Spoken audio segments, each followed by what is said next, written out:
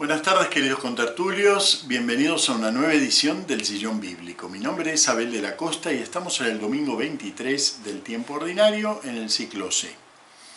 Continuamos leyendo el Evangelio de Lucas y llegamos a un evangelio que en su momento, cuando lo hemos analizado hace 3 años, le puse por título Seriedad con las cosas. Es decir, no sé, quizás alguno cree que cuando uno se hace cristiano ya tiene todo en una tablita lo que tiene que hacer y no tiene que preocuparse. Al contrario, la vida cristiana tiene una seriedad de decisión, una seriedad de compromiso. Estamos continuamente teniendo que revisar incluso aquello que consideramos que son nuestras decisiones, nuestras formas de vida, en confrontarlo continuamente con la voluntad de Dios. Y como muy bien dice la primera lectura de hoy, apenas abrimos las lecturas litúrgicas, nos dice: ¿qué hombre conocerá el designio de Dios? ¿Quién se imaginará lo que el Señor quiere? Realmente no es fácil porque Dios no nos da todo hecho, no nos dice, bueno, si haces esto, esto, esto y esto, entonces ya entras al reino, y si haces esto, esto, quedas afuera del reino. No, nos obliga a un compromiso muy serio, por eso lo había llamado seriedad con las cosas. Los remito a ese vídeo para el Evangelio, pero yo me voy a concentrar en la segunda lectura, que resulta que habla también de esto mismo. Nos habla también de una decisión que Filemón, el destinatario de la carta de Pablo, tiene que tomar, pero para la cual Pablo, en lugar de decirle, haz esto o haz aquello, lo obliga a pensar, lo confronta con su situación de cristiano y con el compromiso al que la fe lo lleva. Vamos a hablar un poquito de esa carta a Filemón, porque tenemos la oportunidad de leerla. No digo en la liturgia, lamentablemente no la leímos completa, pero es tan breve que ustedes pueden ir a abrir la Biblia y leerla. Son 25 versículos nada más. Es uno de los escritos más breves del Nuevo Testamento, junto con 2 y 3 Juan y junto con Carta de Judas. Son los escritos más breves. Y es el más breve del Corpus Paulino, por eso está al final. Las cartas de Pablo tienen esa organización medio curiosa. Están de la más larga, Romanos, a la más breve, Filemón. Ojalá a alguien se le hubiera ocurrido ponerlas en orden cronológico o algo así, pero no. Están por tamaño. Bien. Esta es una carta breve, pero además es curiosa, es rara, porque es una carta personal. Es una carta que San Pablo le escribe a un colaborador suyo, un discípulo suyo, alguien convertido por él, que se llama Filemón. Y todo el tiempo la carta está escrita en segunda persona, es decir, que se dirige netamente a él. Entonces, claro, uno pensaría, ¿será que Pablo escribió una única carta personal y por eso se nos conservó? No, lo más probable es que haya escrito un montón de cartas personales. Entonces, ¿por qué el canon conservó esta carta? Y no nos conservó todas las cartas personales de San Pablo. Fíjense, el canon conservó esta carta. Bueno, tiene otra rareza la carta. Cuando empieza, vamos a leer el comienzo, que no está en la liturgia. La liturgia, como les digo, apenas toma unos pocos versículos de la carta. Pero comienza así, dice: Pablo, preso en Cristo Jesús, y Timoteo el hermano, a nuestro querido amigo y colaborador Filemón, a la hermana Apfia, a nuestro compañero de armas Arquipo, y a la iglesia de tu casa. Gracia y paz a vosotros de parte de Dios, nuestro Padre, y del Señor Jesucristo. Doy gracias sin cesar a mi Dios, recordándote en mis oraciones, pues tengo noticia de tu caridad y de tu fe. O sea que, como ven, la carta va en segunda persona. Va a Filemón, pero invoca la presencia de toda la iglesia. Filemón parece ser, digamos, un personaje de esta iglesia que posiblemente se ubica en Colosas, de esta iglesia que reúne otros cristianos en su casa. Así que es el dueño de casa en donde se reúne la iglesia. Y San Pablo, aprovechando esa situación, no solo le escribe a Filemón, sino que invoca esa lectura como pública para toda la comunidad. Posiblemente Apfia y Arquipo, como algunos padres de la iglesia han dicho en la antigüedad, sean los familiares de Filemón, la esposa, el hijo. Bueno, bien, pero lo importante aquí es que es una carta personal leída públicamente. Así que nosotros también somos público de esa iglesia, ¿eh? También a nosotros no se nos dirige la carta, pero la escuchamos y vemos qué nos deja. ¿Qué le dice a Filemón? Pero ¿qué nos deja a nosotros también? ¿Qué nos está indicando? ¿Por qué San Pablo la pone públicamente?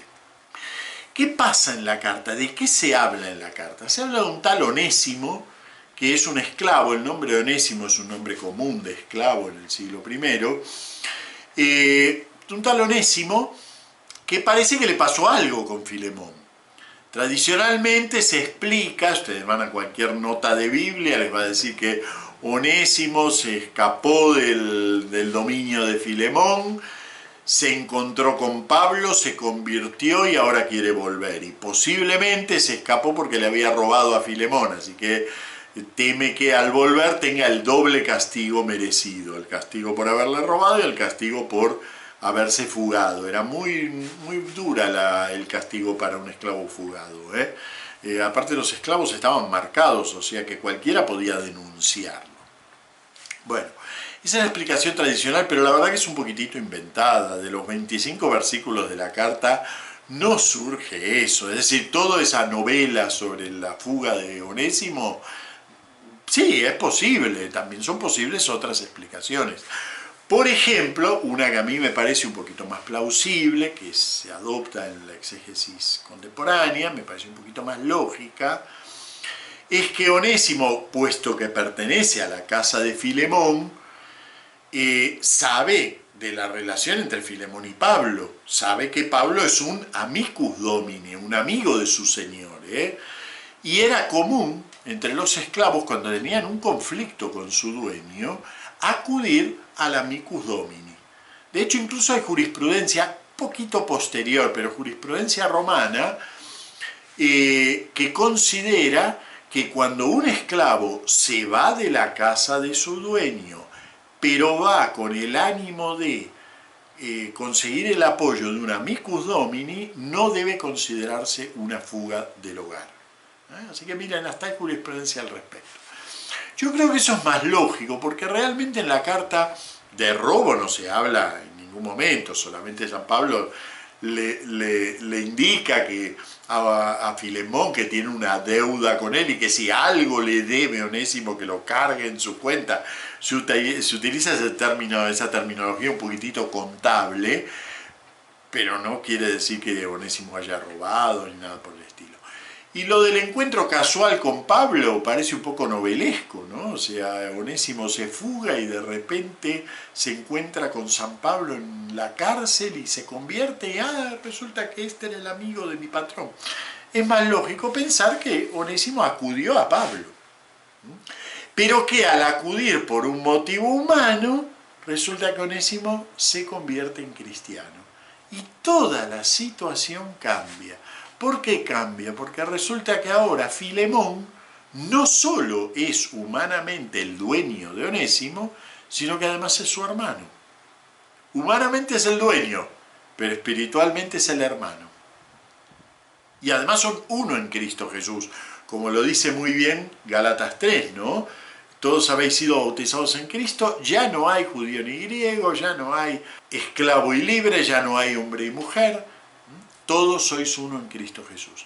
Así que fíjense, resulta que la conversión de Onésimo trae una nueva situación a esta relación entre Filemón y Onésimo. Y claro, me dirán, bueno, lo que tiene que hacer Filemón es dejarlo libre a Onésimo y listo. No, pero no es tan sencillo el asunto, ¿no? Primero que en realidad en la antigüedad la institución de la esclavitud, el 50% de la población eran esclavos. La esclavitud se consideraba algo necesario a la sociedad. La sociedad no podía prosperar sin esclavos. Claro, ustedes me dirán, bueno, no es así. La esclavitud no es... No es así. Pero evidentemente Pablo y la iglesia inicial y los cristianos durante siglos están inmersos en la sociedad tal cual esa sociedad se piensa. Y en ese momento se piensa prosperando en un sistema que requiere sí o sí la esclavitud. Entonces San Pablo no le dice lo tienes que liberar. En realidad, si vamos a esos pocos 25 versículos, no le dice nada. No le da ninguna indicación concreta. Pero le muestra que la fe cristiana lo pone ante una tensión nueva. Y le dice, yo no te voy a decir lo que tienes que hacer. Yo te podría, con mi autoridad, decir lo que tienes que hacer, pero yo no te voy a decir lo que tienes que hacer. Se lo dice así, Dice, por lo cual, aunque tengo en Cristo bastante libertad para mandarte lo que conviene, prefiero más bien rogarte en nombre de la caridad, yo, Pablo ya anciano, y además ahora preso en Cristo Jesús, te ruego, por favor, fíjense, podría mandarte, pero no lo voy a hacer. ¿Por qué? Porque la vida cristiana consiste en tomar decisiones difíciles, como las que habla el Evangelio. Ven, siéntense y cuenten. Entréguenlo todo, pero siéntense y cuenten. La vida cristiana es una vida de tensión en el sentido en que la fe siempre nos está exigiendo un poquito más. Y siempre podemos dar un poquito más, pero ese poquito más que damos no está escrito en ninguna tablita. No está escrito en el Código de Derecho Canónico, no está escrito en el Catecismo, no nos lo puede decir el cura de nuestro pueblo, no nos lo puede decir nuestro confesor. Solamente nosotros podemos encontrar cuál es ese poquito más que nos está pidiendo el Señor. Qué difícil que es saber qué quiere el Señor, dice la primera lectura, ¿no? Claro, ese poquito más lo está pidiendo el Señor. Y ese poquito más solo nosotros lo podemos encontrar. Por eso fíjense que ante un Pablo que en Gálatas dice, ya no hay esclavo ni libre, en 1 Corintios lo repite, O sea, no es una cosa de una carta ocasional, ¿no? Es doctrina de él. Habiendo sido bautizados en Cristo, ya no hay esclavo ni libre. Y sin embargo, la sociedad cristiana fue llegando recién a lo largo de siglos a la abolición de la esclavitud. Y a pesar de que Jesús ensalza el valor de cada hombre y que ni siquiera el condenado como los ladrones que están alrededor de su cruz, ni siquiera ellos dejan de tener una oportunidad ante Dios, solamente en siglos hemos llegado, la Iglesia fue llegando a la abolición de la pena de muerte. Todavía el mundo no llegó completo, llegaron algunos países, pero no completo. Vamos llegando de a poco a eso que sin embargo está implicado en lo que la fe nos exige. Y es muy importante eso. Por eso esta carta, a pesar de que es privada, es leída delante de toda la Iglesia. Por un lado es un gran consuelo, decimos, bueno, la fe no me obliga al blanco y negro hoy, me pone una marca, me obliga a pensar, me exige un poquito más, yo doy 8 pero me pide 9, pero no me obliga para hoy. Hay tiempo para ir ingresando la fe en nuestra vida. Pero al mismo tiempo no solo es un consuelo, sino que también es una exigencia. La fe, esa no se desenvuelve en el plano teórico de los bautizados, somos todos hermanos y entonces ya no hay diferencias entre nosotros, pero eso el domingo nos tomamos del brazo, bailamos un poquitito y ya está. No, esa exigencia tiene que hacerse algo real y práctico. Tiene que incidir en nuestra vida, tiene que concretarse en nuevas relaciones sociales. El mundo tiene que llegar a una abolición de la esclavitud, a una abolición de la pena de muerte. Tiene que llegar a una igualdad efectiva entre los sexos, tiene que llegar a una igualdad efectiva también entre los hombres, tiene que llegar a nuevas relaciones laborales, tiene que llegar.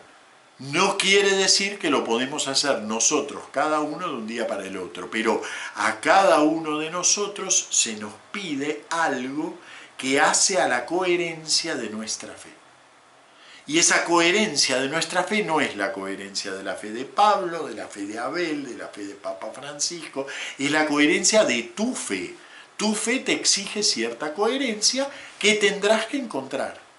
Y San Pablo te dirá, yo te lo puedo mandar, pero no vale de nada. La tienes que encontrar. De eso trata la carta a Filemón, y por eso es una carta que es privada y al mismo tiempo es pública. Porque habla de la fe de Filemón, pero también habla de tu fe y de mi fe y de la fe de Papa Francisco. Y de todos los creyentes que a lo largo de la historia han percibido que la fe no se queda en el exoplaneta, en donde habita Dios y los espíritus, sino que toca a las relaciones humanas concretas que establecemos cada uno de nosotros. Y por lo tanto siempre va a haber algo en donde vamos a estar dispuestos a dar 8, pero la fe nos exige 9. Bueno, muchas gracias. Continuamos la semana que viene con más lecturas litúrgicas.